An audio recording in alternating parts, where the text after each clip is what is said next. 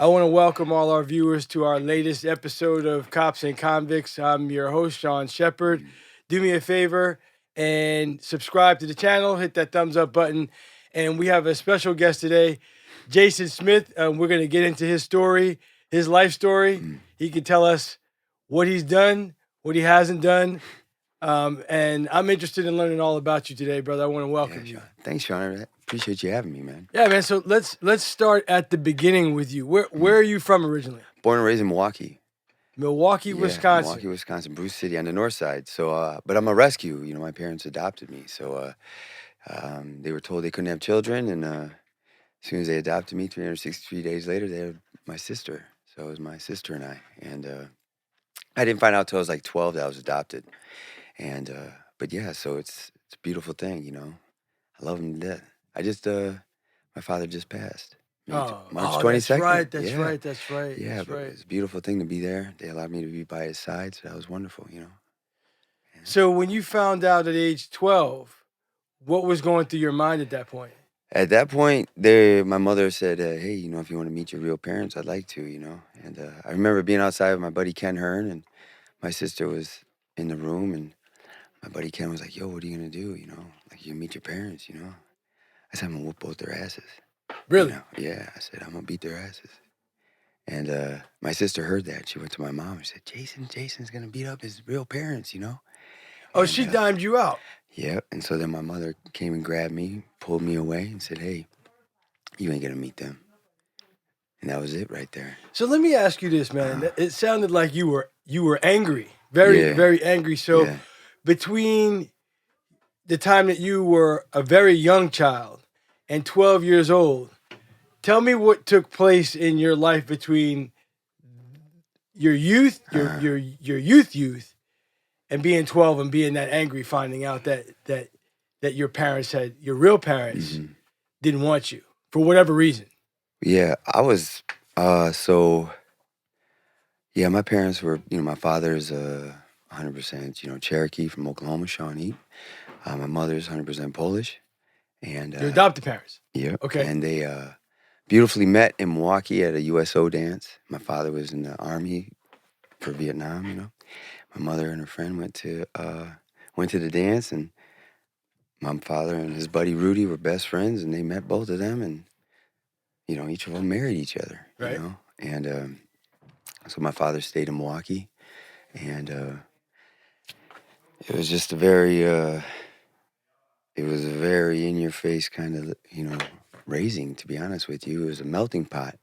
Where we lived on the north side, it was just like one neighbor was Puerto Rican, the next neighbor was black, next neighbor, you know, it was just a row houses kind of, and everybody was just there surviving, you know. Nobody was rich, nobody was poor, but at the same time, nobody could afford it if your screen door broke. So don't break that screen door, you know. That's going to get broke. It's going to stay broke until maybe at the end of the year when taxes come through and we get a little bit of money, we could do some repairs. But God forbid anything breaks down, you know. So what had happened is they adopted, and you know, it's beautiful about life, and I'm trying to understand why I do what I do, you know. Come to find out I have ADHD, right? So didn't really know what that was until this thing, federal incarceration, when a drug counselor came and did this kind of interview, because, you know, we were going to trial and everything. And he goes, man, you got ADHD. I go, I don't know what that is. Why don't you give me a book and tell me about it? Because he came for 2 days. He gave me that book and I read it all night. Fast forward to like my life now, you know, I understand what it is and how it affected, but also I had, I guess, the maturity now to talk to my family about it, you know? Yeah. And so my father was a mailman. My mother worked in the factories. Whichever factory was hiring, then they lay off and you get another one. That's how it works. You know, she was at Allen Bradley, Masterlock, you know, Phillips, all these places. It's just like you get a job and you work it until they lay you off or until they move somewhere else, right? And so my father, he was at the Martin Luther King post office for about 30 years, you know. So my mother worked first shift, my father worked second shift. Didn't really see my mother too much. And but my father, I saw him every day. And the thing is that I saw him, like he always said, drunk, mean, angry, and just Ain't got no time for it, you know? What he was drunk, mean, and angry. Is Do you think that it was primarily due to the economic situation? I think it was due to the fact that he was doing what he didn't want to do. He had dreams, he had Oh, aspirations, his career. and, you know, he just, he knew he was stuck in it, you know? And at the same time, I don't know. Truth be told, you know, he drank every day. So did my mom, you know, they both did. And, you know, he was just trying to get home before her first break, you know, because we wouldn't eat until he got home. You know, we'd have the plates my mom would make us plates and Oh, y'all would sit there and like respectfully and wait till he got home before you ate. yeah, you wouldn't eat before he got home. You know, you wait till he gets home and then the plates come out of the refrigerator, you put them in the microwave and then you sit down and eat, you know. And nothing was really said. It wasn't like we sat down, so how was your day, kids? You know, how'd it go? It was pure quiet and just hoping that, you know, hoping that my mom or that I didn't do anything to mess up, but then I usually did something to mess up on purpose that I know now why. You ever read the book called Five Love Languages? I believe I have. Well, my love language is touch, and I've seen my mother and father hold hands once and peck on the cheek once. You get within 5 feet of my mom, you know, she's like, "Oh, back up." We Oh, weren't a very touchy-feely family, so um, so not affectionate. not Pop was affectionate. angry most of the time. Mm. I'm guessing that he put his hands on you. Yeah, he always told me. He said, you know, he introduced me to someone, taught him how to take a punch. You know, you understand what I'm saying? And it was good times in the sense of like we go someplace and he'd be like, I still whoop you, you know. But to be honest with you, um,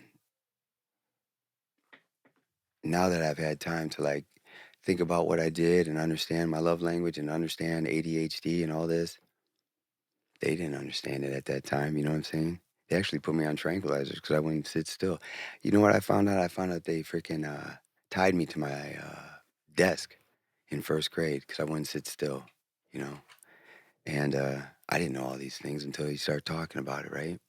So while I'm incarcerated, I'm doing all these cognitive programs, you know, just trying to understand why I do what I do so I don't do it again because I'm sick of being in there, right? Yeah. But then I got, you know, they start telling me, you know, they start talking about my parents, you know, like, hey, you know, it's their fault, this fault. I'm like, man, I make my own choices, you know? And then I realized that, you know, it is my fault. I do make my own choices. But there was something that I didn't know. And that was, why did I act out? I acted out because my love tank was empty. You know what I'm saying? So I just wanted some touch, right? So here's what I did.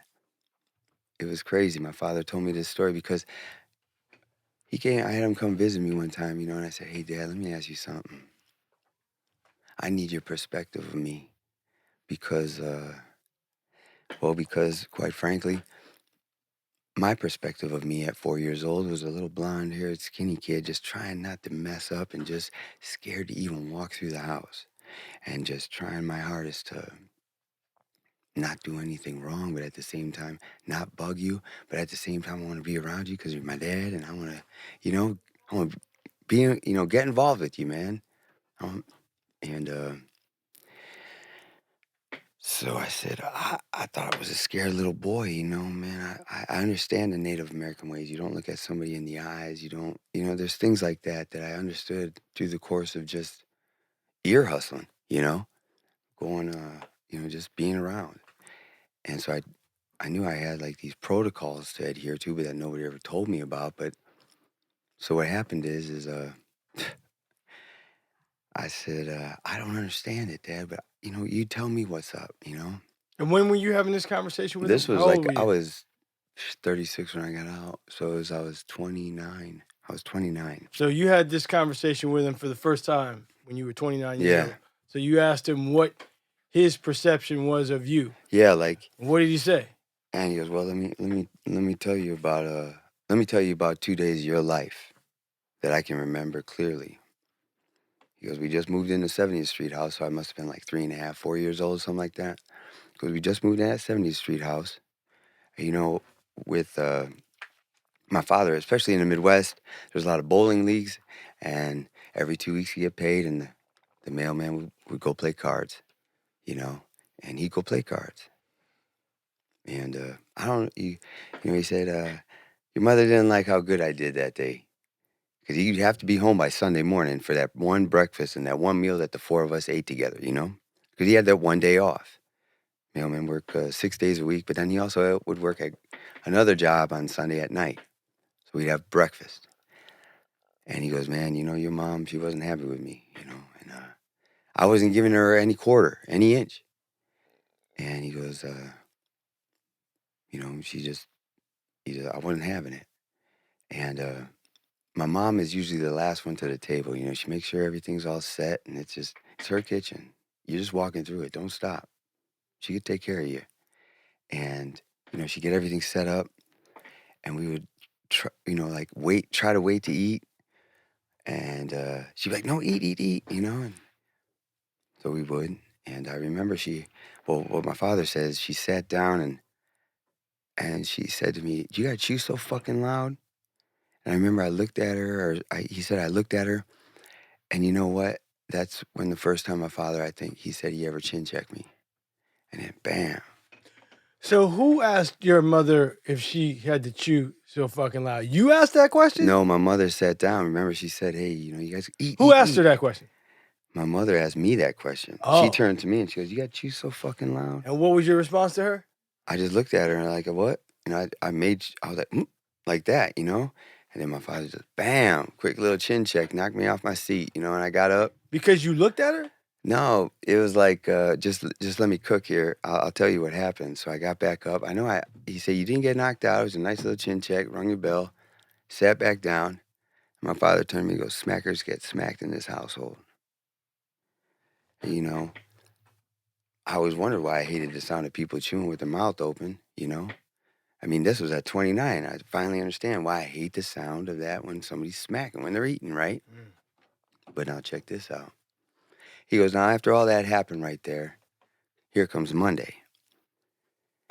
After what I just did to you the day prior, we're not sitting down to have dinner.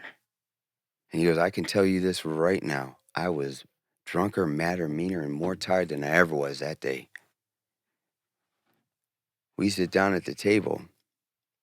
We're eating. He goes, I noticed that you're just skirting around your vegetables. But you know damn well that there's a nice piece of cake waiting there for you for dessert. And he says, you don't eat those vegetables, you don't get no cake. He said, you know what you did next? I said, I don't know. I can't remember anything. He goes, you looked me in the eye, you looked me directly in the eyes. You grabbed your glass of milk. And while you were looking me in the eyes, you poured that milk over your plate. And you said, no cake. And you got up, left, and you did the one thing I hate more than anything. When you went in your room, you slammed the door. He's like, I didn't know what to do with you. I had just knocked you off your chair with a chin check, and I know damn well later on that day I spanked your bottom with a fucking, with my mailman's belt, Because I didn't know, man. I tried. I just didn't know how to deal with you, And that gave me the understanding as to why when he was fading out, when he was dying, I was able to understand that I'm losing the man that filled my love language, my tank, every day. You understand that? So I asked my mother, I said, was there any other time where there was no problems, like I wasn't acting out and everything was cool, right? She said, yeah, in between 12 and like 13, it got a little better after your birthday. And I remember that was the year my father let me go buy a dog on my birthday. Her name was Dusty. That dog, I'm not saying we were inseparable. It wasn't like that. I did my paper out in the morning, paper out in the evening, and sports, and then maybe we wouldn't go for walks, but we'd play together, and then at night she would sleep. She was sleeping at the end of my bed, Now, although this wasn't a family member, and although it wasn't like, but it was this dog, and I love this dog. And that dog laid right there by my feet. And I believe it's that right there, that simple touch and that simple, like togetherness gave peace. So I wasn't so agitated, always trying to fill my love tank, Because I go out in my neighborhood, it's block for block, we might be a group of kids just trying to get through. But it wasn't, we were all just trying to just survive. Everybody was, and everybody was just trying to like do their best to do what they can, and at the same time, not ruffle any feathers. So you got into trouble later on in life, and we'll get to that in a moment. But when you look back on that moment that your father described, the day after, he had just socked you in the face. You're sitting at the table. He gives you this ultimatum. You pour your glass of milk in your dinner plate and get up and leave. What do you think that said about you and your frame of mind and how you viewed the world at that particular point in time? Because I want to tell you what I think about you at that point. Right. I want to know what you thought about that little boy at that point in time. Well, at 29, I didn't quite understand why I would do something like that, why I would kick the hornet's nest, you know what I'm saying? But then through the course of doing therapy and all this other stuff, I understand why I did that. Why?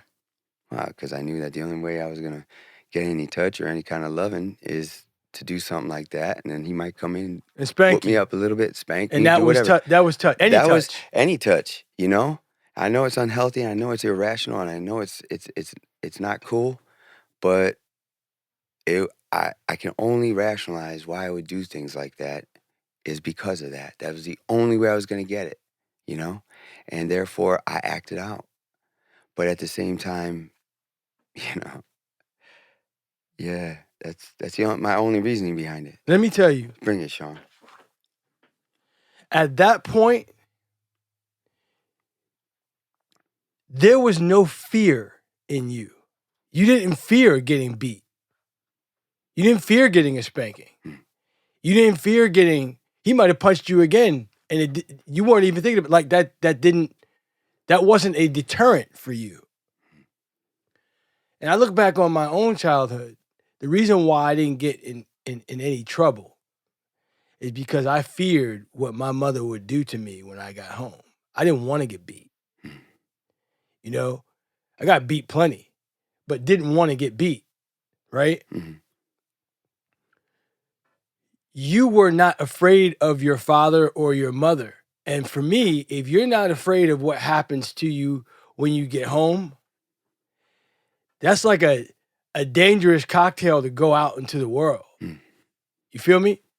Like if there's not some sense of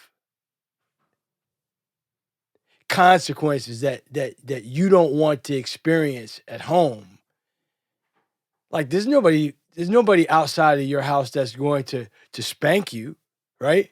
And if somebody punches you out in the street, you're gonna punch him back, most likely. You weren't punching your father back. Not at that age. Not anyway. at that age. Not at that age. Yeah, anyway. you're right. Not at that right? age. Right.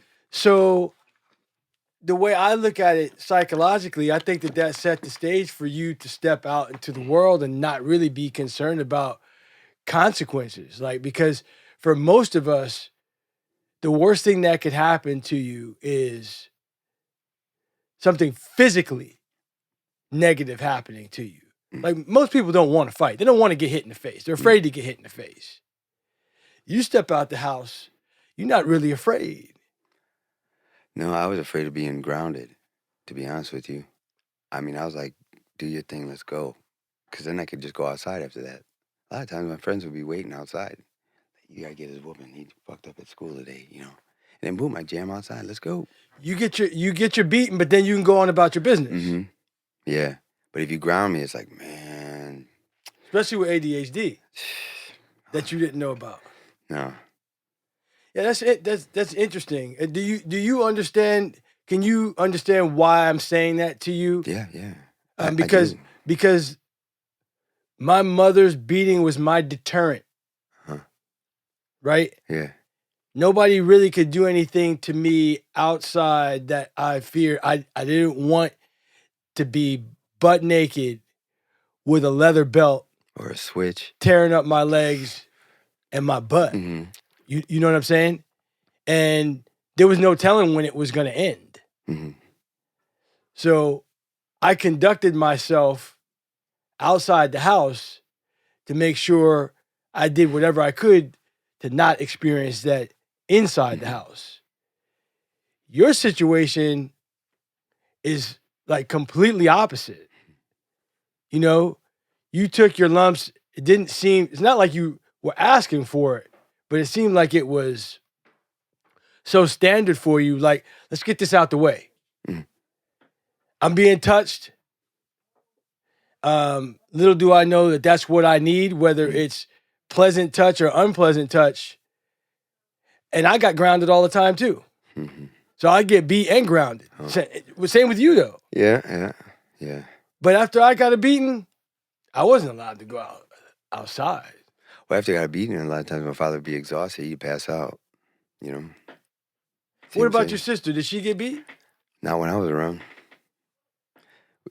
Well, she did, but it turned into a little like a routine kind of thing because I would do this thing called a bump and run. You know, I know she might have get messed up. She might have not cleaned her stairs or cleaned her room, but if I was there, I'd do a thing called a bump and run. You know, I'd run and bump my dad, grab her, and we'd run out the house. And we had a pine tree we used to go hide under, and then just lay there. I remember we just lay there and you know, just wait until those lights come on and go back home, and then get in the house. You know. Would you get beat for the bump? No, I don't remember getting beat for the bump, but I do remember my father learning how to angle himself for the bump, knock my shit out. Really? You know? Yeah. It's just like learning how to take a punch. You know what I'm saying? You know you're going to get hit, so you know how to do what you got to do. Well, he knew I was coming for him because I just, she's my sister, you know? And I remember he learned how to angle himself. Not right away, but right when I was about to go, yeah. And I get boom. But then you know what my mother and father did? Because I'm a mama's boy too, you know. I go with her anywhere. I go shopping with her 12 hours a day, you know. She'd be like, all right, let's go shopping. And I remember one day we came back and I was like, oh, that was great, man. I got this Matchbox car. I wanted it because it's the new ones that had the real rubber Goodyear tires on it. You know, I got that, man. Got to spend a little bit of my paper out money, you know. And then I went to my room and I shut the door all happy. I'm like, I'm going to put this on. Because, see, my sister was upstairs. I was downstairs. My mother and father were next door to me. And all my Matchbox cars were upstairs on like this little shelf. So I'd play with it a little bit, and then I'd take it up there and put it on the shelf, right? And I remember walking up the steps, all happy and proud. I got this it was a Cobra, blue and white, with Goodyear rubber tires. Not remember the plastic ones, but now these had the rubber tires and it said Goodyear on them. Yeah. Man, I was like, it looks so cool rolling it. I went to go put it up on that shelf. Once I put it up on that shelf, I heard her sniffling. I was like, damn it. I know what happened. They separated us. She got her looking. They just waited for Mom and Jason to leave. You see what I'm saying? You understand? So, like, they were upset with her. She needed to get disciplined for whatever she did. I don't know what. But instead of doing it while I was there, they, I guess, talked about it. And they're like, look, take Jason shopping. I'll discipline her, and that'll be that. You know? Fucking hated that car. I hated seeing that car. I hated that car. Because you realized you were the diversion. I realized that in my joy of getting that car, she was getting not joy. She was getting disciplined. So you love your sister to this day? Like that? Yeah. Y'all are tight like that? We're not tight like that. We don't have to talk. I love her, you know. She's got 3 kids. She's got a life of her own. We've come to understand some issues that are, you know, happening. But my father, my mother, and my sister I love beyond loving. But I also have an aunt and uncle out here in Walnut. They taught me love. They were that couple that showed me what love looks like. Whose brother and sister are they? That's my father's sister, older sister. Okay. Right? And so basically what I learned in Milwaukee was respect, work ethic, responsibility, you know, and through the course of me being able to be around my aunt and uncle and things like that, I learned them, you know, I learned what love looks like, you know. Respect, honor, and responsibility. So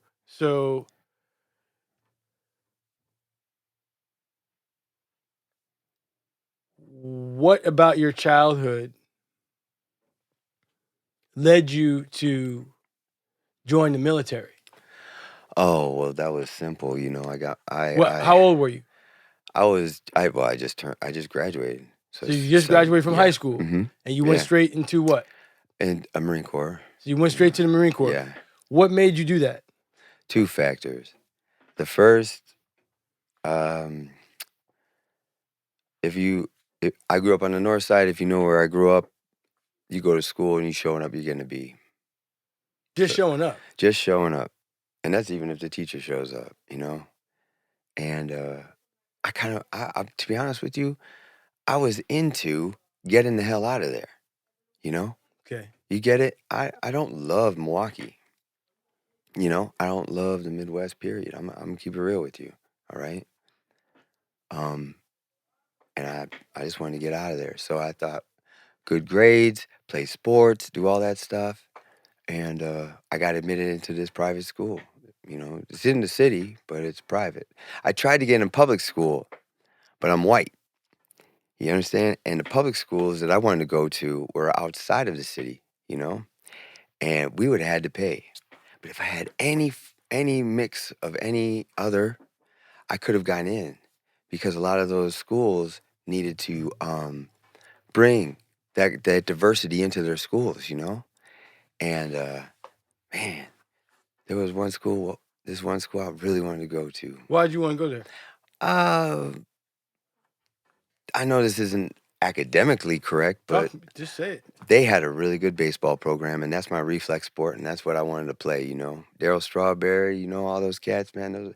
Gary Sheffield. There's nothing wrong with Love that. right? That's why I went to the high school I went to, because they had a great football team, and I went there. Yeah. So that's why you wanted to go to that school. That's why I wanted to go to that school, but when they told me I had to pay, I was like, it's a public school. I don't get it, you know? And nobody explained to me why I couldn't get into there. But it was outside of our area. So I had this one school that I could go to because of where I was. And I was like, man, I ain't gonna go nowhere going to that school, you know? But this is me at, 13, 14 years old. My next door neighbor across the street, his father coached at this, school, this private school. And he's my best friend. He's 5, 6 years older than me, but that's how it was, it's like, it's just how it was. And I was there every day, and we played sports all day, every day.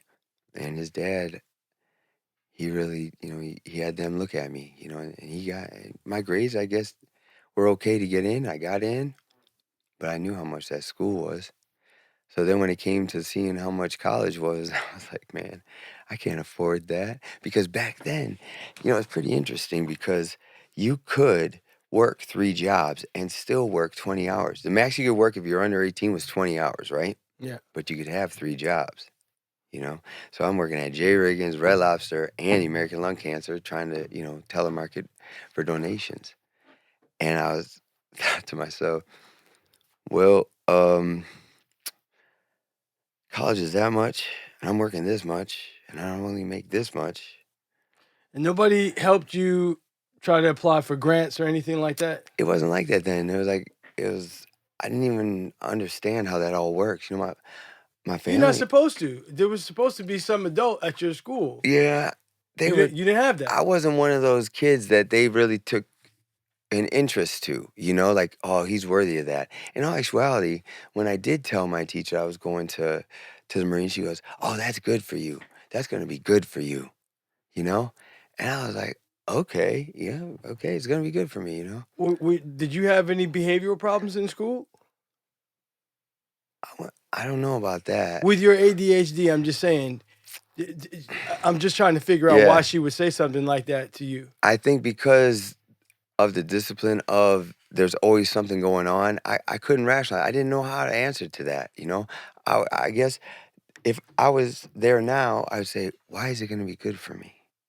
And then her answer would be whatever she thought. And that might have opened the door for me to even do better in the Marines. You see what I'm saying? But that statement right there, I was like, man, that just made me want to get even further away, So you get into the Marines. But I got to tell you something. Good. I didn't join the Marines just because I couldn't afford college. What had happened is I needed money for this, and this. And this is a low down, dirty thing, but we used to steal car stereos. I mean, not a lot of them, but you steal one, it's a lot. Right. And this one night we were out, And it was because my buddy needed, I don't know, I think he paid his insurance bill, you know? I said, come on, let's go, man. We got to do this. And yeah, I remember we were walking out there and this paper route guy, he's like, hey, what are you kids doing? We're like, my buddy yelled profanity at him and we ran. With stereo? Now I threw the stereo, and I ran back to the car, but my buddy was in the car, he was asleep. And my other buddy, he was from that area. So he knew it. He goes, I'm going to run this way. I said, no worries. So he took off. So I pounded on the door. He opened the door, but that paper route guy was already on me. He's pounding on the car, and we get out of there. While we're driving, obviously, he called the cops, or he had somebody called the cops, and they arrested us. My father came in. So how do you go from you just telling me that you learned hard work, honor, discipline, to stealing car stereos?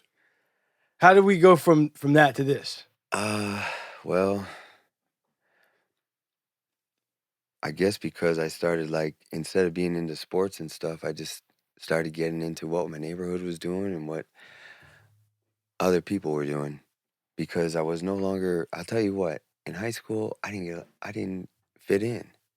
But I did fit in with some of these cats that were not criminals, but they had a different attitude towards things. And as time went on, I started watching different movies, this and that. And I was like, you know what? I understand where I live and what's going on. And although everybody is working very hard through the course of me getting these jobs, I noticed why some of these people can actually have what they have. And it's because they're stealing it? Not just stealing it, but they're doing their thing. They got their other side hustles. You know what I'm saying? They're doing stuff that's not necessarily legal to make money to buy this stuff. So let me ask you about your neighborhood and these dudes that you were hanging out with. You said your neighborhood was like a melting pot, but you also described it as you have black people living over here. Yeah. You got these people living over here. Yeah. So the cats that you were running around with, was it a mixed group or they were all white? Mostly, see, in our neighborhood, we'd all hang out. But then, But who was in your neighborhood? There was. Was it black, white, everything in your neighborhood? Everything. In your neighborhood? In that neighborhood right there, in the surrounding area, yeah. But right in my neighborhood, it was pretty much it was a lot of white. But then you have the corner duplexes, you know what I'm saying? And so in our neighborhood, we were all kind of right there. But then what happened is all my friends, they left because they were either in high school or college, And I started understanding that when I go to the park and I play basketball, none of these people from my neighborhood are going to that basketball court, Yeah. And I'm doing this and that. I don't have no filter when it comes to who I want to hang out with, And so the people I start hanging out with, how could I say it? They're a mixed bunch. But at the same time, I'm going to this private school, playing hockey and baseball and hanging out with these guys. Slowly but surely, in my school, I find a couple people that I get along with. And they're not the most popular people, but at the same time, they got a voice. Do they look like you or they look like me? They look like me. So the dudes that you got in trouble with where you got arrested for the car stereo, it was you and how many other people? Another cat. Just 2 people? Well, there was 3, but 2 got arrested. You were one of them? So 3 white boys or 3 mixed? 3 white boys. Okay, yeah. So you guys get arrested. This is your first time getting arrested? Yeah, first time. So what happened at home after that arrest? After that arrest, my father came and picked me up. I figured. What happened? Right? It was fucking silence. Because in my past, I'd had situations where, for instance, this kid up the block, he did something to my sister. And I was like, are you kidding me? So I went and did what I did to him. What'd you do to him? I feel like I probably beat him up, But his father saw what I was doing. He came out and he grabbed me. I remember I was like, you fucking touching me? you know, my father's gonna whoop your fucking ass. You're dead, man. You're fucking dead. And he's dragging me. All the kids are following behind. I go, man, you just don't know how dead you are. You know? I'm hyping up my dad like, bro, you might as well just bow down when you get there and say you're sorry, you know? I'm just some little kid and this guy's straight. He dragged you home. Oh, yeah. You know? And I got home and my father, I said, Dad, you know? And this dude told my dad what happened. And my dad grabbed me, pulled my pants on, and he whooped my ass in front of all these kids. And you know what I did? I cried for the first time. Do you want to know why? Because that motherfucker didn't have my back. I thought for sure. It wasn't the pain. It was the pain of like, what? You know? He didn't, nobody listened to your side where you said the reason why you were beating on this dude is because of what you thought he did to your sister. Oh, I know what he did to my sister. And I think my sister even tried to say, no, Daddy, you know? But right in front of my friends and everybody.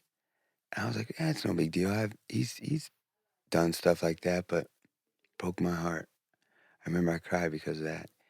And I remember the next day the kids were like, hey, I saw you cry because your dad was spanking you. And I got a couple fights that day, you know? But I didn't have the balls to tell them why I was crying, you know? Yeah. I didn't have the balls to tell them, hey, I was crying because my dad didn't have my back in that situation. I knew and I thought he would. So where was he? Let's go back to the car ride home after you got arrested. It was silence. Silence. When you got home, what happened? Silence. When you got home, what happened? When I got home, silence. He never touched you up for getting arrested. Mm-mm. But I got to rewind to what happened. So it was 16,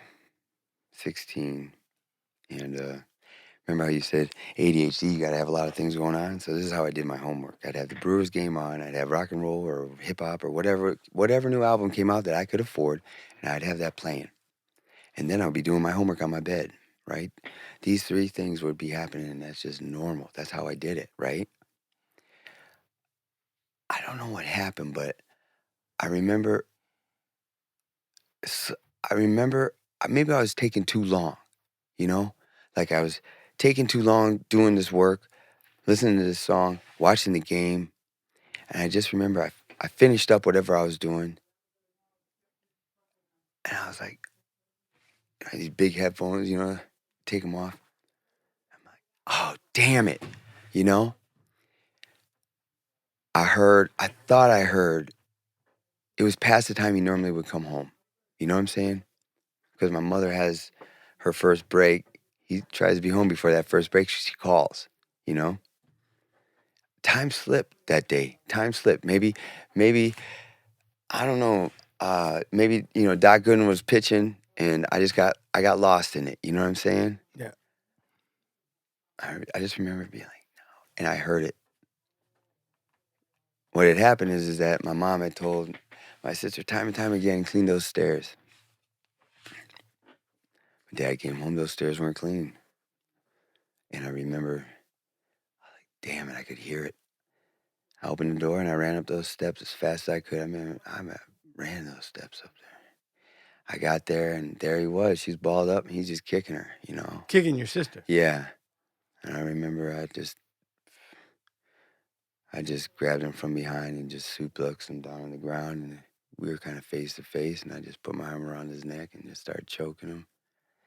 And I was punching him in the back and talking shit, you know, yeah, this is what you get. You want to fucking beat up on some girl, you know, just talking stupid shit. Like really rage mad, I remember.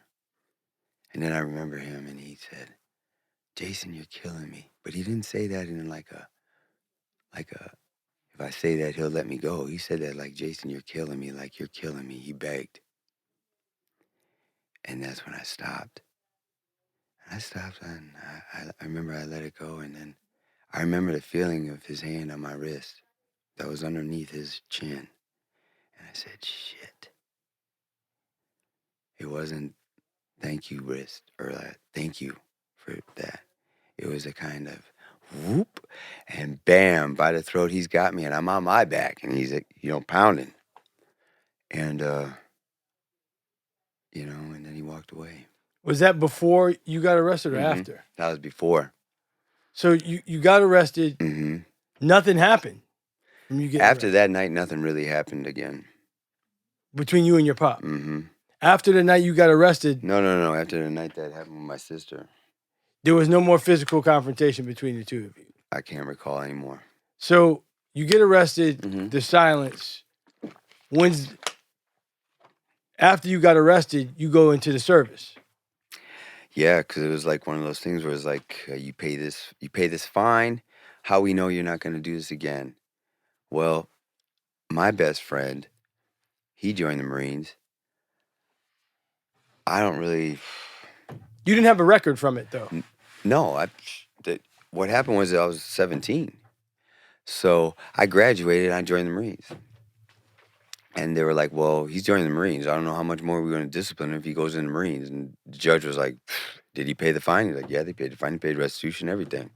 They're like, okay, well, join the Marines and see you later, kid, So you joined the Marines, and how long were you in? About 5.5. Almost 5.5 years. Yeah. It took you around the world. Yeah, it took me places. It took me wherever there was a school I'd go to, It took you wherever there was a school? Yeah, because in the military, were you in the military? No. So in the military, it's like this. Like, they kind of give you chances, It's like you get this MOS, and then there's schools you can go to, right? What's an MOS? It's your like, I was an 0311 grunt, That's an MOS, right? It's just what your job is. Okay. It's a number, But they'll say what's your MOS, and you tell them the number. Oh, you're heavy guns. Oh, you're admin. You're a pogue. You know what I'm saying? And so it did take me all kinds of places. But you know what? Who I was took me places. You understand? Yeah. You're smiling. It sounds like you like the Marines. I did like the Marines. They kept me busy, and they kept me busy, fed, and let's go, So why didn't you make a career out of it? I was gonna make a career out of it, but I messed up, Sean. Let's talk about it, man. All right. So what had happened is remember that time I told you I saw my parents hold hands? Yeah. Once. One time. I did good in the Marines, and then I got part of this super squad thing. And my super squad won the entire thing, broke records and everything. For doing what? It's a competition. So it's like a squad competition. So a squad is about 12 people, plus that. Yeah. And they run that squad through all kinds of like military situations. Even like a PFT. Your 3 miles and then the pull-ups and right. Right. But it's a week-long competition where you're constantly under wartime events, all right? And you have to go to this range, that range, and it's all about performance, right? Yeah. It's all about time, performance, efficiency, all that. We did this in Okinawa, in Japan. Those are some serious mountains. They're not like, Everest, but still, right. And man, it was, but you gotta understand, we trained for that for like 4 months, all day, all night, book study, this. And we won. And then what happened is when we won, they said, look, you guys have the right to take indocs. Force recon, scout snipers, or a state platoon, surveillance target acquisition. So we all, some of us took the indocs, all of us passed. And I chose to stay with State Platoon 1-3 because I love my battalion. I love my platoon, But given an opportunity to do something like that and be a part of that, well, I'm going to take it. And they said, look, 9 times out of 10, if you want, you can go ahead and teach some of these things to your fellow Marines that you were with before in your other platoon, So like, let's go. So what happened is, I'm in that platoon and I get married, and we're out in the field all week. I get done and it's like, now I can be with my wife. But you try to make up for that time, you know? And I'm a good Marine. Was I a good husband? Hell no. I didn't know. But she taught me. She taught me. She taught me about being a man. She taught me so much. She had me read everything. She had me reading Cosmo and Harper's Bazaar and Men Are From Venus or Mars, and Right. she's the one that made me read the love language. You know, I didn't know why I was doing it, but she did. And long story short, I knew that she deserved my attention. And then here I am going to the field all week, you know. So what happened is one day they got me on guard duty when we come back. So that's a day lost with my wife. So as soon as I'm off guard duty, I got 3 hours. And she comes, picks me up, and we just go to the beach on base. She told my sergeant right to his face, I'm taking him for 3 hours. He ain't got to be back till that time. I know he's got everything packed. I'm taking him for 3 hours. You had him for 24. And he was like, yeah, go ahead. And we went to the beach. I remember driving to the beach, I fell asleep. And this is just on base. Bases aren't that big. Mm-hmm. We got to the beach and he said, hey, wake up. And I'm like, I'm sorry, baby. You know, I just a little tired. And she goes, I got something to wake you up. I said, okay, you know. And she had me a little bag and crunched it up, and I did it. What was it? It was glass. Is that the first time you had done that? That's the first time I ever did that. And the thing is that I had watched my father and my mother, right? Drink. My whole life, right? All right, until Pabst Blue Ribbon left Milwaukee, he was a PBR man, okay? They boogied. You don't see much of PBR in Milwaukee. So he became a Miller man because why? Miller Brewery's right there. That's what he did, you know? He worked hard, he played hard, and that's what he did. That's his form of, how could I say, relaxation or treat to himself. Well, I didn't like alcohol, you know? I didn't like it one bit. Taste, anything. So what did you do up to that point? Up to that point, I had done acid, mushrooms, smoked a little weed, drank. I'd go to raves and stuff, so I did ecstasy, but there was nothing that I found that, and I'll tell you something, Sean. My ex-wife saw this, and she literally had people come over to the house and explain what this is, show me how to make it, and then we do it. Other drugs, right?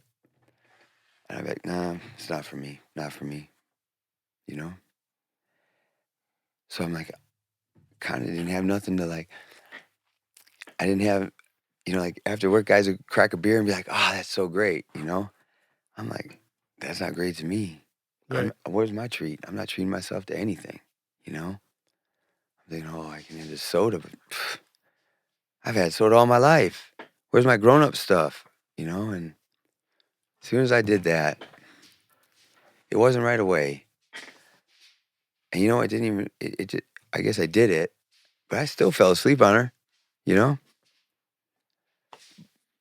But that was the first time I ever did that.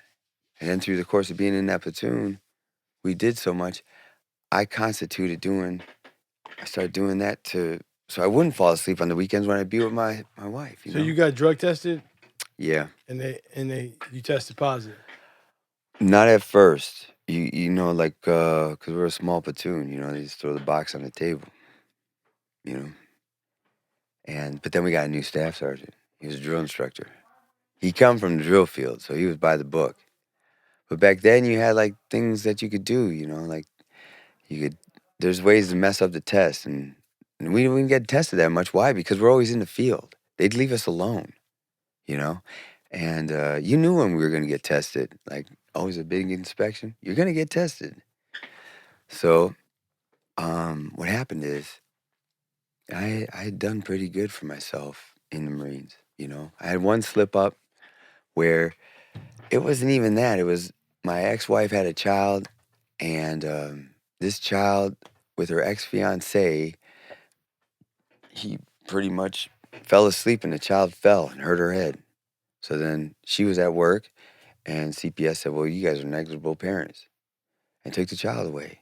So through the course of me being in the Marines, her mom flies out and I'm driving them back and forth to the court. I walk her to the courtroom and there's the judge. Judge says, oh, is this your Marine husband? Wow, this is wonderful. This is really great, you know. She walked in the room and the lawyers, I remember, turned to me and said, you gotta stay. You gotta stay, man. And I went to the payphone, put a quarter in, and I called my sergeant and said, Sergeant Blake, I'm sorry, but I gotta stay here. We got a situation and the lawyers feel like if I'm here, we're gonna get this child back. And this is something that really needs to happen.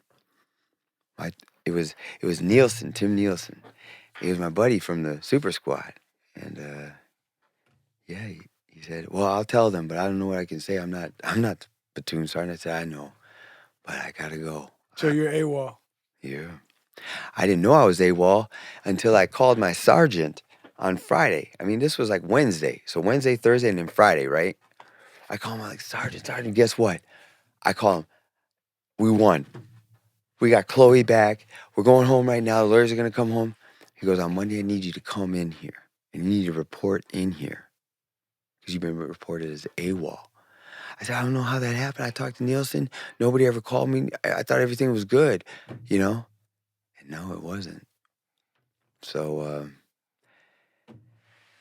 so I got AWOL. I got, demoted. I still stayed in the platoon and everything. And so, but what happened was, it was during that Clinton era, and, he's shutting down bases, and he's not giving a lot of funding. But we're still training a lot. It's coming up time to, I'm going to get out. And they're like, hey, you got a good chance of re-enlisting. Even though you were AWOL, they even see that as like, they really didn't want to do that, Like, my command didn't want to do that, is what they're saying to me. And they're like, you should put in for re-enlistment. And I was like, well, I'd really like to be close to my aunt and uncle, and there's Camp Pendleton. And I was like, I don't really want to do all this field stuff anymore.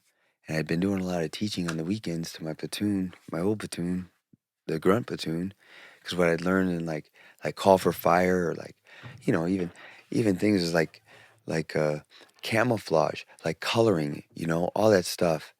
On Saturdays and Sunday mornings, I'd give classes to whoever showed up, and there'd be quite a few people, and teaching them about this and this. So I was like, man, I'd really like to teach. And they had they have a scout sniper school in Camp Pendleton. So they were like, well, maybe we could get you in there and you could. I really liked ballistics. I liked what the round did, internal, external, and terminal. I mean, everybody loves terminal, but internal, you understand why it's happening. The external, it's the whole process, from beginning to end. And I like completion, So, and that is not an easy course to teach. And I could teach that like with my eyes closed. So, so they're putting together a re-enlistment package. And a gentleman in my platoon, the Rangers were full and he had to requalify, so he went over to Eva Beach. And over at Eva Beach, they piss tested him. Everybody. And he popped. And we all knew that. It was like, oh, man, sniper popped, kind of a running joke. And when you pop in the military, you get NJP'd and you're going to lose rank, you're going to have guard duty, you're going to loss of pay, restriction to base, and you're just basically waiting for them to take you, especially in Hawaii, to pick you up and take you to Camp Pendleton and discharge you, When you test positive. Mm-hmm. You're just basically like, you're invisible, you're a ghost. You're not even a being anymore on base. So he gets popped.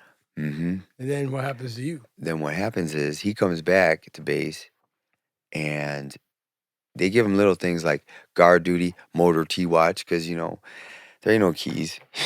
There's no keys for those Hummers, So Marine gets drunk, wants to do a little Baja, doesn't have a Jeep. Well, you got the Humvee. You go over there, push 2 things, and bam, it starts, and let's go bugging, And so you got to have somebody on motor to watch, Well, he was there, and the staff NCOIC, he came in and to do his rounds, and he was asleep. Gosh, we got a sniper popping on a pistol and asleep on guard duty. I mean, it's just like slap us across the face some more, It's not like we got special treatment, but we were really the only ones training in our whole, but not like company, because it was so little money, So talk to me about you. About me. So here's what happened. He calls me up and he's like, "Hey, I fell asleep." I said, "Oh, I know, man. I know." He goes, "Look, man, they're giving me another watch on Wednesday. This was Monday." I said, "Okay, cool." He goes, "Man, I can't fall asleep again. They're gonna put me in the break." I said, "Well, all right, we got you. I'll get you a bottle of mini thins and have my wife make you some of her high-powered energy coffee." He goes, "I did that." And I said, "You still fell asleep when you did that?" And he said, "Yeah."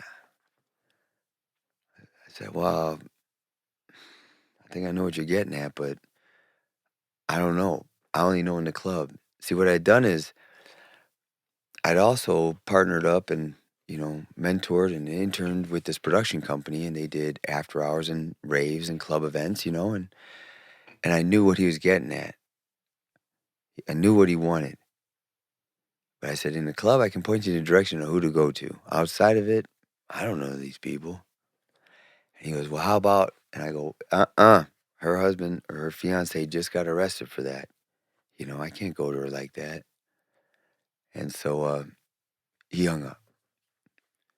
Wednesday comes, I'm at the dinner table with my wife, but ex-wife. She got a photo shoot in San Francisco, so we're having dinner, and I'm going to take her to, Honolulu to the airport. And I get a phone call from him. He's like, "Hey, man, it's Wednesday." I'm like, "Bro, I already told you, man. Can't help you. I can give you the mini fins. I can make the coffee for you. No problem, man, but I can't. I don't know who to go to. How about," I'm like, "I can't do it, man. I'm not a drug dealer. Just please, man. I'm trying to have dinner with my wife. She's about to leave for 7 days on this photo shoot." So what did you do? Here's what I did. I took her to the airport, and instead of going right back to base or to our house, I went to the woman that I work with. I said, "Listen, here's what's up. You know what happened?" She goes, "Yeah, I know what happened." He goes, "Well, this is what's up." She goes, "Oh my God." So I gave her some money. She got some stuff. I took it on base. I gave it to him. He goes, "Oh, thank you." Poured some out. We did a couple lines. I did one line, he did a line, and I walked away. Went home, went to bed. The next day, in comes Jag, and they come, man. And I get arrested. And there goes any re-enlistment, So I get arrested.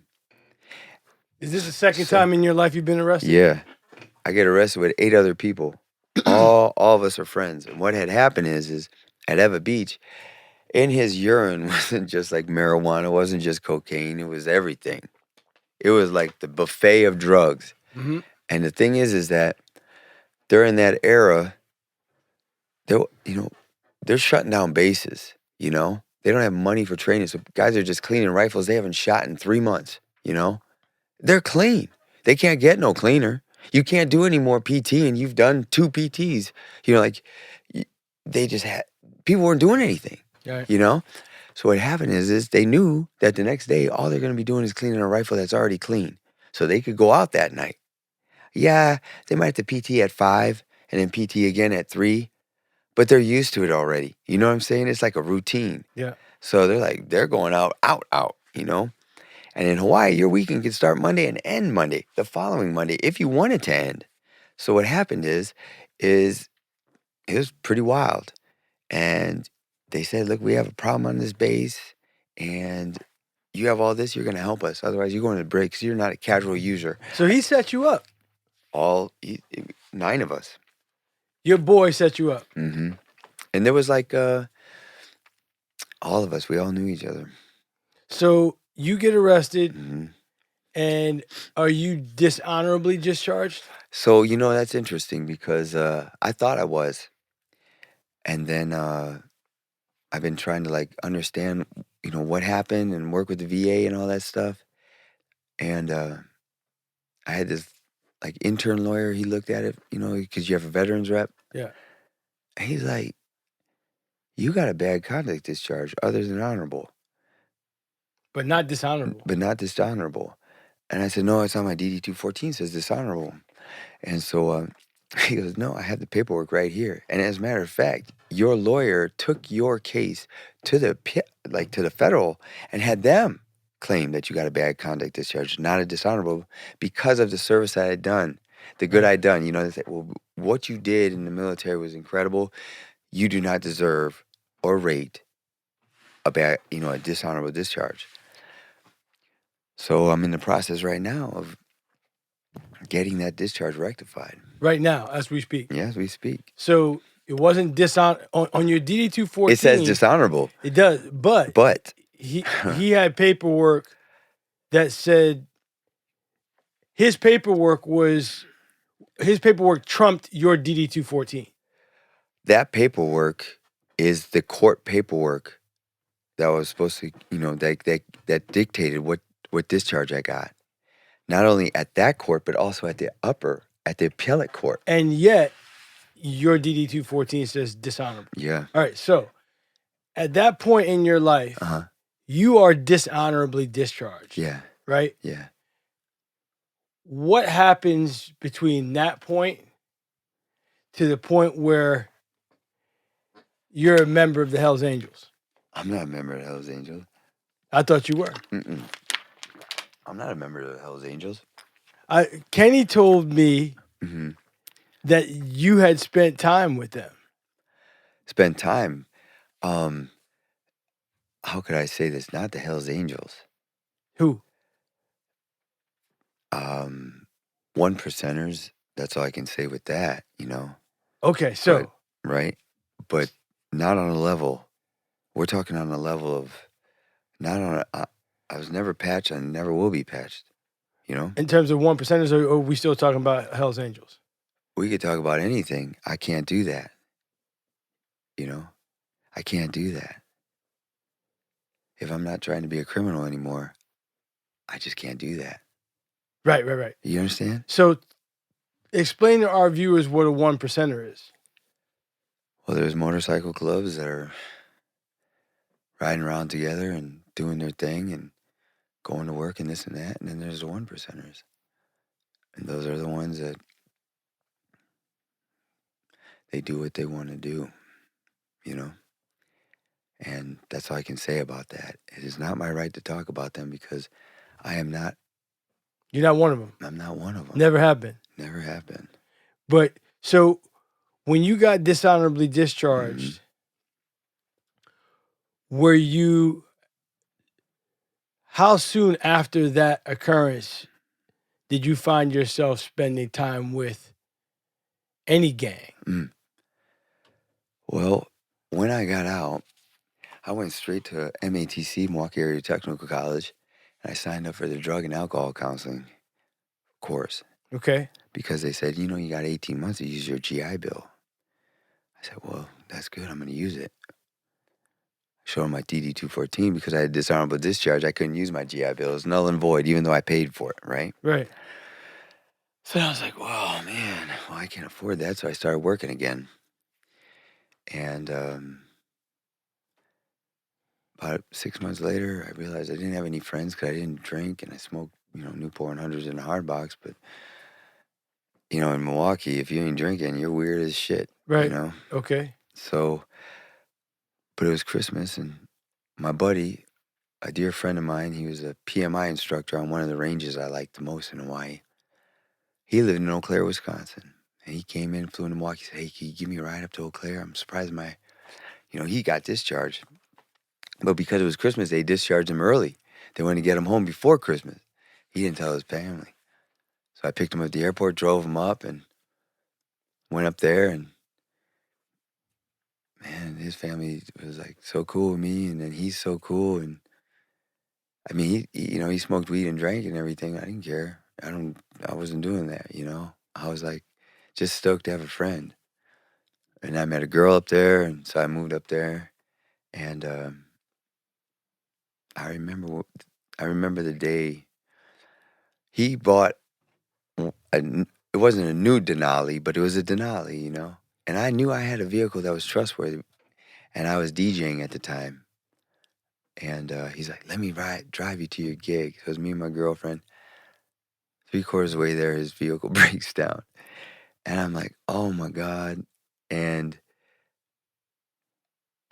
I didn't have my AAA card, but my girl did. And what happened is they towed that vehicle back to Eau Claire, and then she had to get her car and come and pick us up. And when she left, he pulled out a joint and he started smoking it. And I was like, "Give me that." And I started smoking that joint. Now, weed is not my drug of choice, right? But I was just over it. I was over being sober and just, I'm doing everything right, and I can't even relax and like do my thing. And so what happened is, well, I know what drug is what I want to do, how I want to reward myself. Everything else is a waste of time and money for me. So I found what I was looking for. But what I was looking for was not what was in Hawaii. And therefore, I want what I want, and Glass is still your thing. it would be my thing. So explain to our viewers what glass is. Some people know what that is. It's crystal meth. It's Right. like ice, but Right. at the time it was crank in the Midwest. Right. And I'm like, what is this crap? So you go and find some meth. Yeah, but I didn't find glass. What'd you find? I found crank, and I was like, this ain't gonna do. What's the difference between the two? It's like outdoor skunk weed to hydro. It's like there's purity in it. There's cleanliness in it. It's just a whole different kind of thing. It's like glass is like pure. It's like, and then crank, you just don't know what was put in that. And it is what it is. But to me, it was just a pure, cleaner. So you found crank instead of glass and started doing that. Yep. And is that what led you to start spending time with a gang? It led me to understand that the money I was making could not afford this. Right. So therefore, what had happened is, I started getting rid of things, selling drugs. Which drugs? Anything that they wanted. Who's they? Anybody out there, you know what I'm saying? So I was DJing at clubs, and I knew what everybody wanted. So I was like, well, I can get you that. So wherever I DJ'd, honestly, I started taking care of that party, And then I couldn't find anything consistent. It just so happened that a situation happened. I borrowed some girl some money for school. She had a plan to go do something with her friend up in the cities. Her and her friend had a friend that her friend went to school with. They gave her some money, or like they gave him some money to go, get some, I guess they were going to get some weed, and I'd make like $500, but really it was her going to be able to make her money so she could go to school, pay her college, right? So kid called down and said, "Hey, look, it's time to go away. Just leave." But he didn't know who she and her friend borrowed money from, So I got that call, and I had my driver take me up there. I didn't know who her friend was, but I knew who borrowed her the money. And I thought, man, this is going to be interesting. So what happened is we both got in the back seat of this car, me and this gentleman. And back in the day, I don't know if you know this, but like, what would happen is there would be these houses. They weren't like trap houses or like drug houses. They were nice houses. And they would have somebody there, maybe a white guy, you know, clean-cut white guy living at the house. He even has a girlfriend living there, right? And that would be where all, you know, people would deal there. Yeah. He would deal there. And that guy would be sponsored by somebody. And then what would happen is you get these crews, whether they be from St. Louis, Gary, Indiana, any of these crews. They'd come and, you know, they'd raid these places. And there would always be some tomfoolery or some freaking idiot trying to get over. And so back in those days, and this is what this gentleman was, some people have to take a certain medication so that the state or the city or whatever deems them to be legally sane. But if they don't take this medication, and anything they do off that medication, if that medication is not in their bloodstream, dictates that they are insane. Right. Right? These people are high commodities. You know? They are high commodities. Especially when they have a violent tendency when they're not taking their medication. Well, this is a gentleman that was one of those guys that, if not taking the medication, he could do whatever he wants. And he lent her the money. He lent her the money. Well, how'd she meet him? I don't know. I never got involved in that. What I did get involved in is the fact that I'm in the back seat with him. And he's known me before because I was buying stuff from him. Not from him, but from the house that he was protecting. Okay? Because these people that are taking care of this house, they're not there. They supply it. And he would be like the security, right? Yeah. So we get in the back, and I remember him. He was, you know, he was just making sure his clip and everything was right. He goes, so how are we going to do this? And I said, well, it appears that I've been here hustling her. She knows him from school. So that means he's got a family, and it's probably somewhere around here. And he goes, man, what are we going to do about that? I said, well, we're going to walk up to that family and introduce a situation that their son put all of us in. And they're going to find a way to get that money with interest tonight or tomorrow, but no later than the next day. And so she drove us directly to that kid's house. And I remember the girl that I borrowed money to, she and I walked up the driveway. I knocked on the door. I rang the doorbell. And I remember seeing 2 shadows run off. And what happened was that girl that knew that kid knew that he was on the first floor and has those windows, you know, they open where the grass comes up. It's just like a sliding window, you know, right there. She jimmied that window and old boy went in there, you know, with his gun out and stepped on one of those, you know, like the ashtrays, you know, the old school ashtrays that were like plaster or whatever. He slipped and fell, and that woke the kid up. Kid ran upstairs and his parents' lights come on. I'm like, what the hell's going on, you know? I'm just knocking on the door, and the lights come on, and they run around. They explain what happened. I'm like, man, we got to get out of here. So we got out of there. But what we didn't know is that the girl that was driving the car she was a CI. She worked for the cops. So she drove us pretty much straight to the police station. I couldn't believe it. I remember we were driving, and I'm like, oh, this is cool. It's pretty dark. And then all of a sudden, there's this building, and you just see a row of squad cars, kind of like what looks like Smokey and the Bandit. You remember how they'd have all the squad cars? It was like that, but it's at night, so all their lights are on. I'm like, well, I guess we just better play cool. And we did. We drove right past them, and they did not go right. They went left and followed us, and they got us. And what happened was we got arrested. What'd you get arrested for, though? That's what I'm saying. I got arrested for being there, right? So we get taken to this one spot, and then what happens is they separate us. The 3 of us go over here, and she walks out free, and the 3 of us go downtown because we were in the suburbs. But did you have any drugs on you? No. Did you have any money on you? No. Did you have any weapons on you? No, I didn't have nothing. So what were you getting arrested for?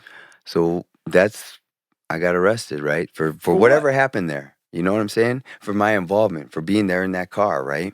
But what took place in that car that was illegal? Nothing. I mean, well, he didn't the gun wasn't registered or anything. I know that. I just asked you. Right. You weren't armed. No, I wasn't armed at all. But the guy who was on the medication, if he's not on medication, he's legally insane. Insane. He's in the car too. Yeah. And this girl is driving. Mm-hmm. So So the three of us get transferred downtown. I'm still trying to figure out what they arrested you for. They just arrested me, and boom, there I go. I can't remember what the charges were they tried to give me, but here's what I do know.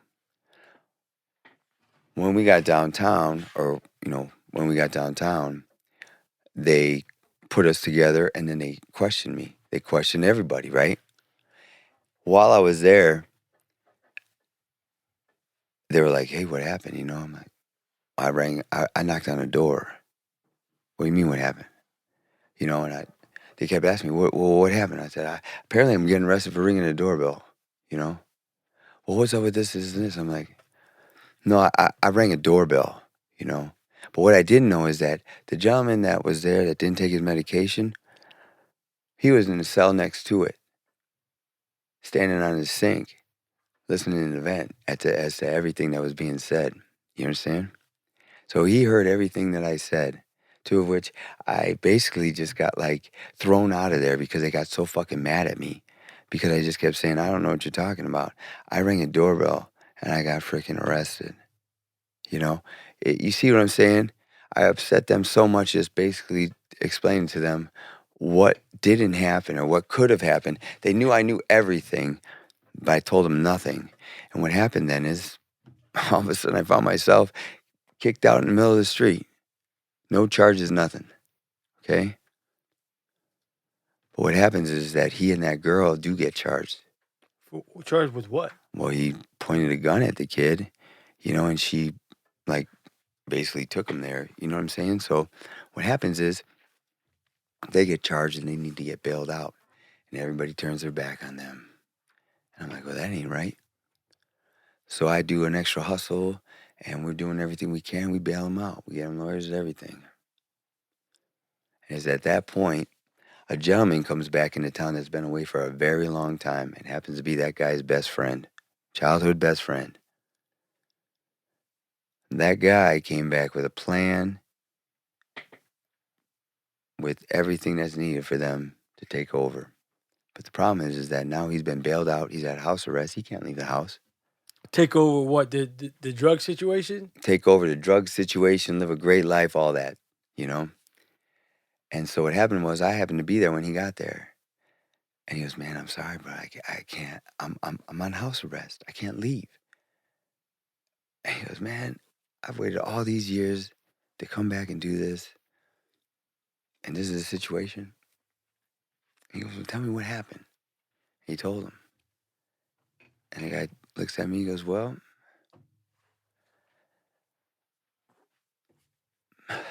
if this is where I was going to go, do you recommend him? He said, this is the only guy I recommend. Everyone else turned their back on him, on me. He goes, okay. And that's when he called a cab and we went to this house, and there was a woman there that was supposedly a woman that opened her mouth, right? And yeah, a lot of people got arrested. I remember while we were in the cab, and I remember the cab guy was driving, and my guy is taking care of his hammer, you know? We get there, and he goes, just, you walk up front, because she knows me, and if she's there, you know. I said, no problem, man, no problem. And I knocked on the door. Guy opens the door, white guy. And all of a sudden, he starts convulsing, like shaking, like, I don't even know, like he's being electrocuted, right? Yeah. And then just past my head comes this bam, bam, bam, and all of a sudden the guy's just shooting. And what happened is that girl that opened her mouth happened to be behind that guy about 10 feet, and she tried shooting her taser at me or whoever and hits this guy. So this guy's convulsing in front of me, and I'm kind of like, you're fucking crazy. And then all of a sudden, this guy's blasting at her, unloading the whole clip. Well, she takes off running, runs out of the house, whatever. He says, listen, go up there. Her girlfriend's up there, and so is her driver. Get them and come down here. I'm going to go out the back. He runs out the back. So I walk upstairs. You know, this is not like, we're not... I've never even, this is as ghetto neighborhood as it is, right? And I walk up there, and lo and behold, here's this 350-pound, black dude, this little cute little pixie blonde chick, and I'm like, hey, you need to drive us where we need to go, and you got to come with us. And the guy, he didn't even quiver or even he didn't even try to defend it. He said, okay, because he heard all the shots downstairs, So then I come walking down the steps, and in comes this guy. He's huffing and puffing. She's too fast. I can't catch her. So we went from driving in a cab to driving in a beautiful Coupe de Ville, man. And this guy drove us back. And lo and behold, this guy's phone rings. And he answers, yeah, I got her and him. And we're going to be going over here. And you're going to need to come over here. When we got over to where we went, she did show up. Well, come to find out that it wasn't her that opened her mouth. She had been taking the heat for everything because it was a gentleman that she was in love with that opened his mouth. And although this guy didn't love her anymore, she still loved him.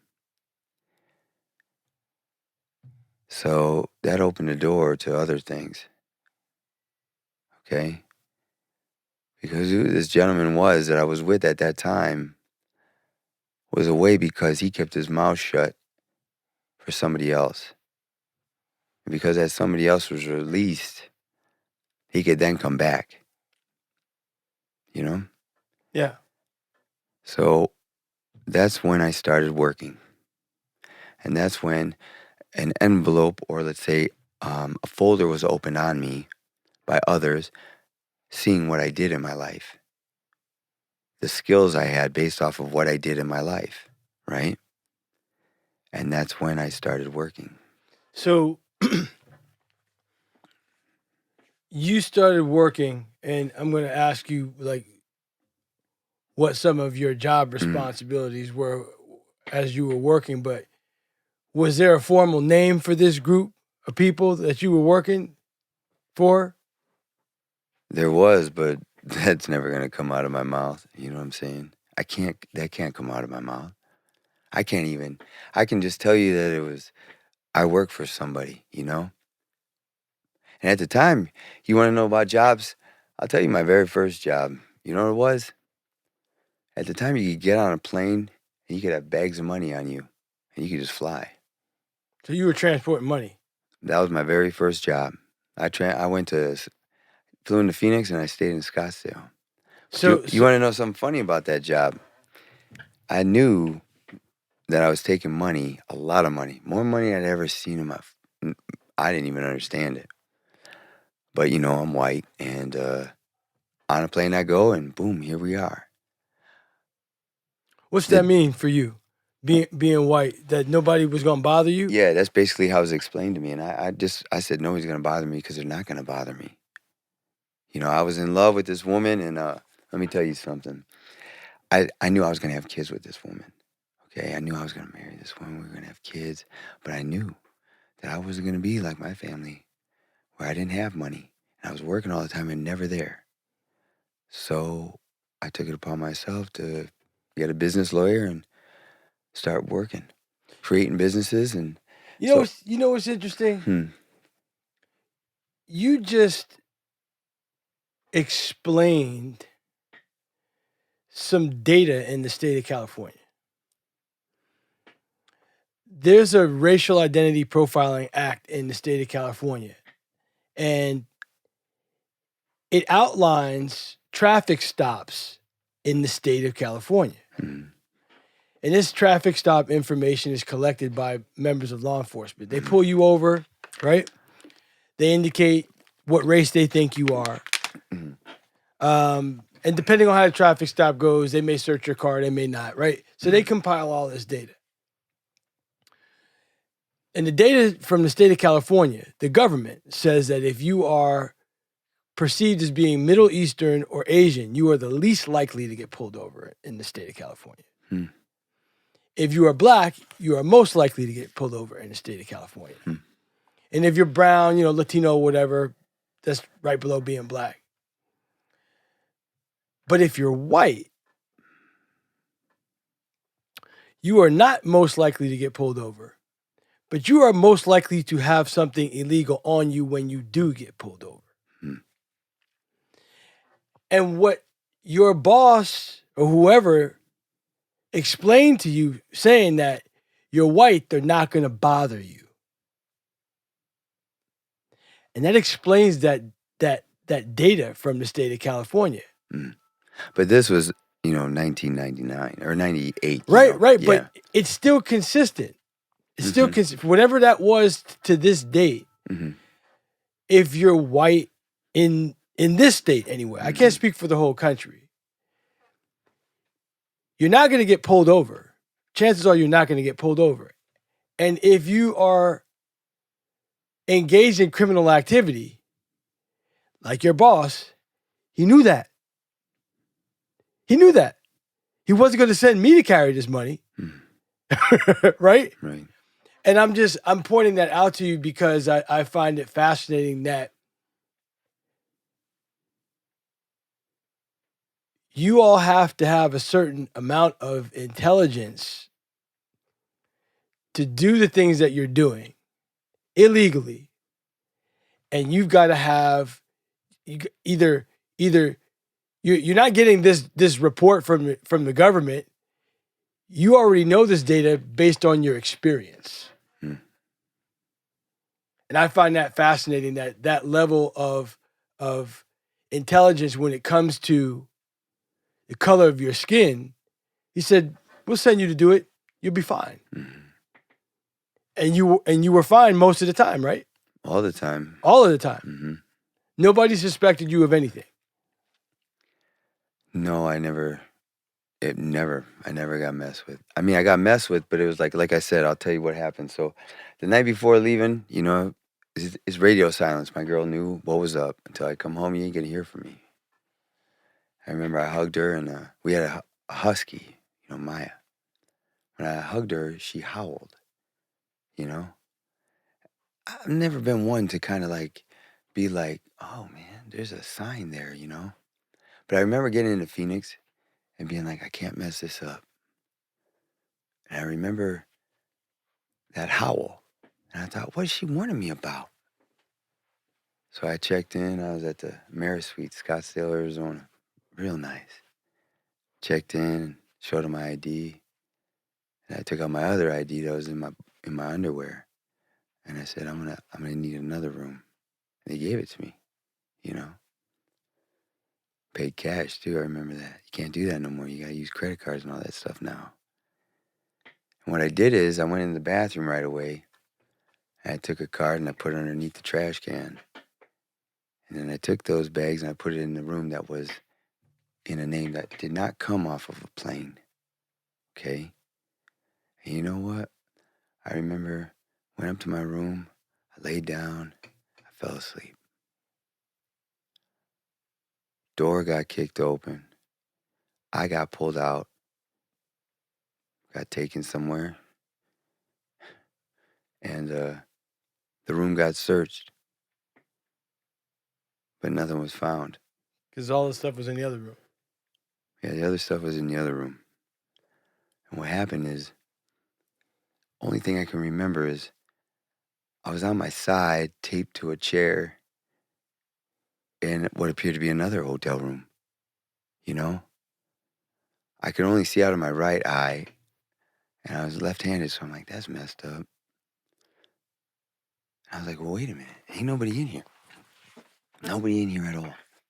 I can't remember exactly what happened to me. All I know is it was always dark because I had a hood over my head. I mean, that hood was still on my head, I thought, but it was just because of where I was laying. I was I couldn't see out of my left eye because it was all swollen. It was swollen shut. But I was laying on my right side, and so I was like, oh, I can see out of my right eye. So I freaking kind of hear some noise. And this isn't a racial thing. I heard some Spanish-speaking people outside, and I thought, oh, that might be the housekeeping. And you know what? I got to get the hell out of here because ain't nobody here now. So I started doing the scrunching and moving, and I remember I used my head against the door, because I couldn't speak. I didn't know why I couldn't speak. I couldn't open my mouth. But I was knocking out my head on the door. I just kept knocking. Finally, the door opened. It didn't open much because it freaking bought me. And then all of a sudden, here's this woman, you know. She sees me and she freaks out. And then she grabs her other friend, you know, her other housekeepers, and they come get me. And a guy comes, puts me up, and I had tape on my mouth. I didn't know what the hell was going on. And I said, I'm staying at the Maris Suites, Scottsdale. Take me? So like I just remember saying that. And he said, yeah. And he walked me down to the truck. I had my pants on, no shoes, no socks, no shirt, nothing. And I remember he gave me a shirt and he gave me a pair of shoes. They were a little small, but I'll take what I can get at that point. He dropped me off at the Maris Suites and he boogied the hell out of there. I remember I walked back in and I said, you know, they're looking at me like, holy cow, what the hell is going on with this guy? I said, hey man, I'm sorry, but I lost my key. Like, okay, here you go. So then I get the key from the room in my name. I go right to the bathroom. I gotta go to the bathroom, man. I just gotta use the restroom real quick. Yeah, sure, go ahead. So I go into the bathroom. I lift up that trash can and I grabbed that key. Went up to the real room, opened the door, so I was still there, shut it. And I walked into the room. When I walked into the room, it was full of the people that hired me. And they're like, oh man, we're so sorry. You all right? I'm like, it's all right. It's all right. We know it's all right. We know, we saw the footage, you know, it's all right. And I'm like, no, it's all right. You know? And they're like, no, it's okay. Are you okay? You know, they're concerned. But I didn't know how to tell them it's all right. I'm saying it's all right, but they're like, you're going to be all right, you know? And I remember I got a little frustrated. I got frustrated at these people. I said, man, I said it's all right. And I walked out the door. I said, come with me. I said something like, come with me, like that. You know, I was hard to even talk. I can't remember. I didn't take the elevator. We walked down the stairs. And I opened that. I said, there. You know? Once again, that opened the door. You know? That opened the door for other things. So, up to this point, you told me you've been incarcerated, not incarcerated, you've been arrested 3 times. I did a year in the brig, in the Yellow Line brig. That's something else right there, I'll tell you. In the military. Yeah. That's okay. We don't have to get to that. Right. But you did so you were incarcerated in the military. That's worse than regular incarceration. So you now prove yourself to these people. Sounds like some other group of people was trying to rob you of the money, right? That was the thing back then. Right. So, I mean, that seems to be a theme whether no matter where you're at, people know that you carrying money. Other people's hustle is to knock off people like you. Right. That's their only hustle. So you've demonstrated your value to them.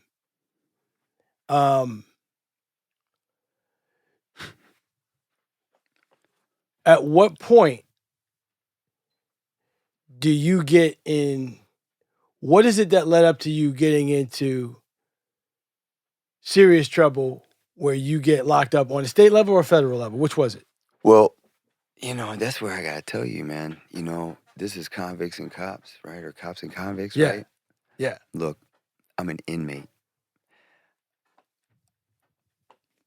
State or federal? Here's the thing. The state, I got arrested. I'll get into why I got arrested. We took that to trial. The state dismissed it. I thought I was getting released. Feds picked it up. I was taking that to trial. 2 weeks before trial, my co-defendant took a plea agreement. They came at me with a plea agreement, 120 in life, right? I said, okay, I'll roll the dice. Because I know how the feds are. My lawyer, amazing man, said, listen, I feel like we can win, but there's a situation here. Your co-defendant's testimony is like the testimony of God himself. And anything and everything he says, they're going to believe. And that's how it works. I said, well, what am I looking at if I lose trial? They're like, you're looking at this. I'm like, on a ghost dope case? He's like, yeah. On a what? A ghost dope case. So basically, he sold to an undercover. An undercover, he sold it undercover. He got arrested. And he said he got his dope from me. But 125 to life or 120? No, 120. It was 120, which is 10-year minimum to life. And so in the feds, how that works is that's why the judges really don't like it too much. They only give 120 months. Months, okay. Right. Or 120 months to life. It's that in between there, And so what amount of drugs was this to warrant that type of sentence? It was a 5-gram conspiracy. See, I was in Vegas at the time. 5 grams? 5 grams of crystal meth conspiracy for 5 grams or more. It's a conspiracy ghost dope. To sell? Yeah. So my charge is conspiracy to possess and distribute crystal meth, right? So 5 grams to more. They don't know how many more, but it says, it's like that. And at the time, it's a ghost dope case. I was in Vegas when all this happened. I fly back in. My driver drops me off at home, and I remember I ate spaghetti and amazing garlic bread with my girl and made love, went to bed, and boom, my doors kicked in. So this guy gets caught with drugs and says that he got it from you. Mm-hmm. Did he? He didn't get them from me, but he got them because of me. I approved it. I was actually not dealing drugs anymore. I had given up my route, my paper route, to some individuals, and every Thursday I'd have a great steak dinner and I'd get a couple of envelopes, And so basically, I gave permission for that to go to him, due in part to who he was meeting. And so anyway, long story short, they don't, that's just how it goes, man. It's a fucking ghost dope case, It's like, I didn't mess with any. I was 2 months away from being out. Of the whole business? Mm. So you get convicted and on a federal case? But yeah, because we beat the state case. So how much time did you get? I got 151 months and 8 years paper for lack of respect and non-cooperation. 151 months. Because they didn't get me with anything. Right. So they're like, okay, well, his mandatory minimum is 10 years, so it'll be 120 to 151 months, right? And what's 8 years paper mean? 8 years federal probation, Wow. So the thing is, the judge has this is why the federal judges really don't like this kind of situation, because they only give them 120 to 151, right? So, the judge had to say, I got to give you 151 months due in part to the lack of cooperation and respect for the federal government, And so, that's what I got. I got 151 months and then 8 years paper. And I didn't get all my good time, but I got some good time, How many months of those 151 did you serve? June 1st,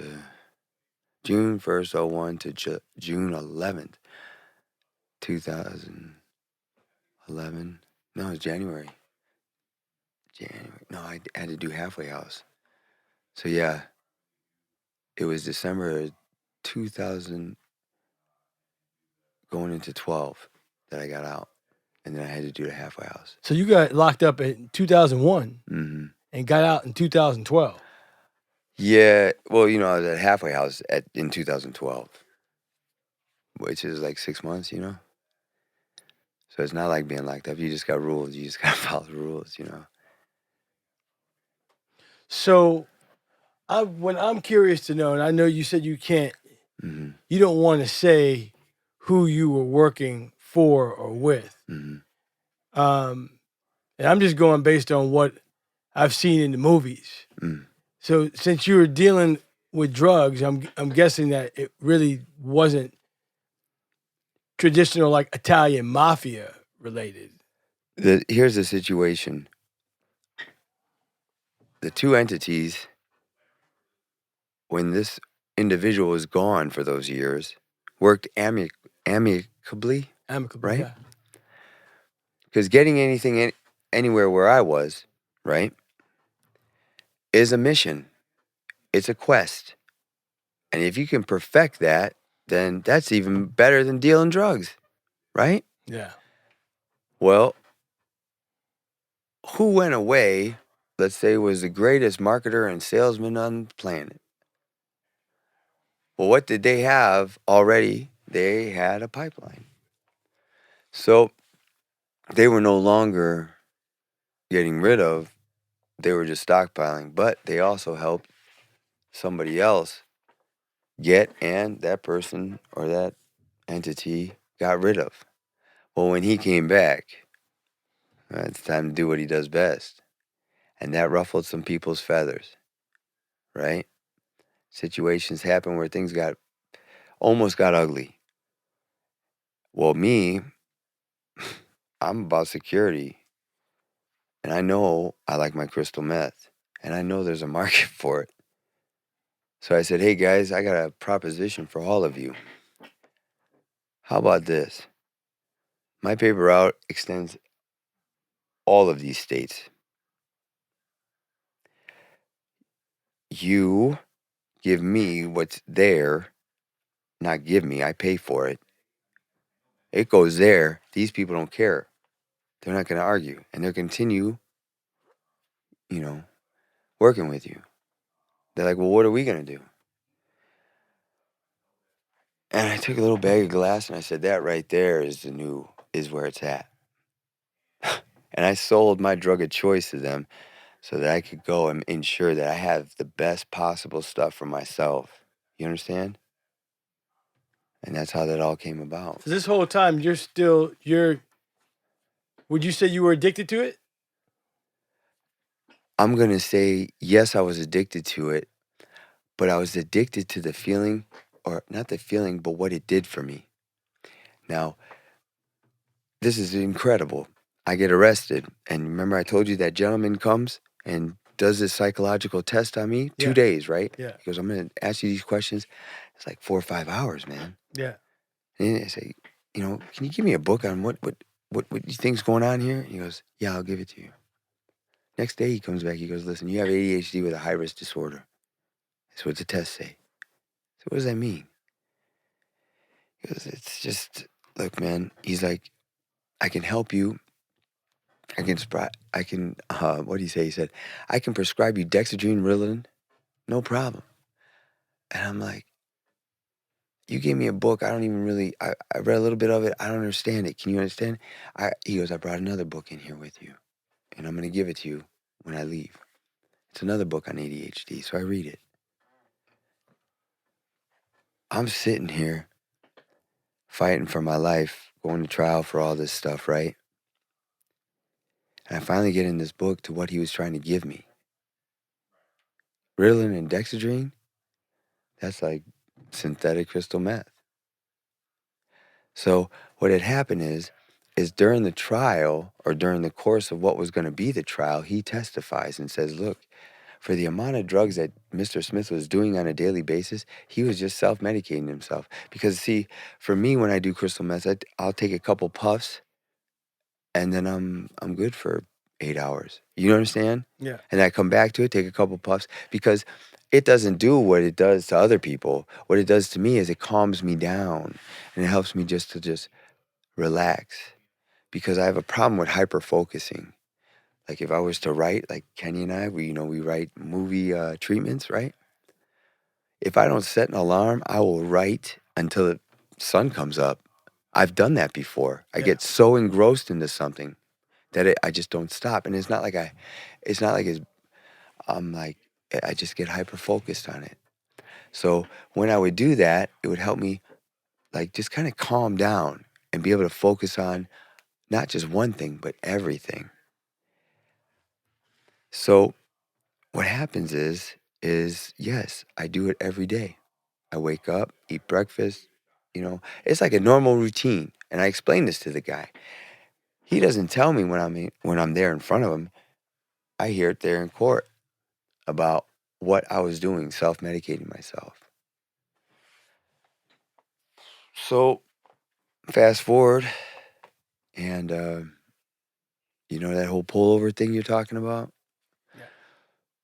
Well, February 17th, 2019, a friend of mine did something stupid, and his girl was pretty irrational.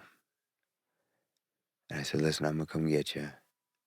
Just give me a second. I just got done surfing. I'll come get you. Through the course of me, 18 years of sobriety went down to 2 when I had a situation. They said a PTSD moment. And that PTSD moment made me afraid to go to sleep.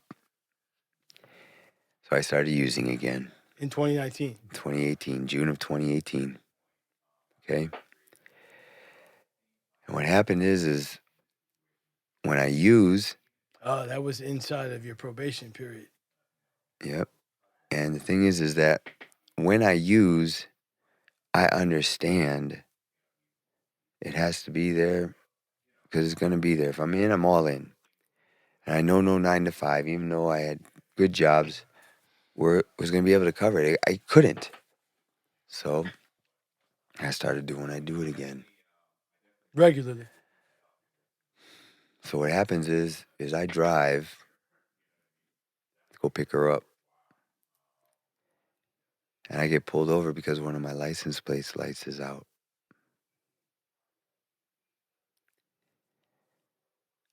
Obviously, I'm on federal parole, so they asked me to get out of the car, search me, cuff me, put me in the back of the squad car. And then they ask, can I search the car? And I say, no, it's not my car. I borrowed it because I have a truck. And where I was going, I've really only been there once before, and it's outside of L.A. So wait. Mm-hmm. They pull you over because there's, tail light out, basically. No. License plate light. License plate light. Yeah, basically. A fix-it ticket. Right. Mm-hmm. Whether it's some light is out. Yeah. Mm-hmm. What did they find on you? If they found drugs on your person? They found nothing. No, nothing on me. So then why'd they arrest you? Well, I was arrested because of what they found in the car. So they wound up searching the car even though you said no? Right. I guess, what do you call it? The reason why they did is they said they saw a pipe in the driver's side door. But then in the discovery, it says, yeah, there was a pipe found inside the safe, inside the backpack, in the back seat of this car. So that's how I was arrested, And to this day, I'm fighting that case. So that was in 18. How long? 19. That was in 19. How long were you locked up for that? I got out April 30th, 2020. And this was federal prison again? No, it's state. I didn't cross state lines, so can't go federal. It's like they were threatening that it'd go federal, but I didn't do anything as far as like a federal crime, you know what I'm saying? Because it's within the state. So then COVID hit, and all the bail got dropped to 0. And the feds picked me up, and then cashed in a chip, and I bailed myself out. And then went to rehab for the first time in my life. And that's where I started learning about myself and rereading the love languages and getting involved in really, I'd never done therapy before, and I did. And, basically, I'm still fighting it, man, Well, I'm happy that at the very least you're discovering a lot about yourself. And, a lot of people can't say that, man. And it's unfortunate that you had to experience some of the things that you've done to get to this point, but oftentimes that's what it takes. Mm-hmm. So I hope that this journey of yours ends in a good place. I know there's a lot that you have left off the table in terms of your story, and you talked about writing treatment. So I'd imagine that some of what you want to write about to turn into either television or movie has something to do with some of your experiences. Nope, not a single one does. Really? Yeah. Just ideas that you have. It would just be a general idea, and then that would be the story. But nothing I wrote has anything to do with anything I've ever done. Anything. Well, I want to thank you for taking the time to chat with me today, man. Thank you for having me here, man. I really appreciate it. I'm so honored that I'm here, man. Serious. Yeah. Well, we'll have to do this again. Maybe we'll have Kenny come in the studio and we can seriously chop it up about how we wrote and what we did. Yeah. You know? Well, thank you, brother. Dude, Sean, thank you, man. I appreciate you. Yeah. Serious.